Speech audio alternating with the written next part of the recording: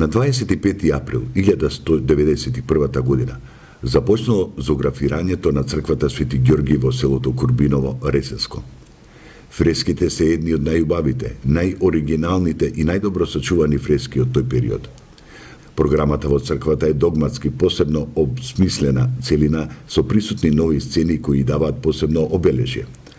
Овде посебно се мисли на композицијата Поклонување на Исус Христос, постар од денот над успението на Западниот зид, како и на представата на вознесението Христово насликано на источниот тимпанон.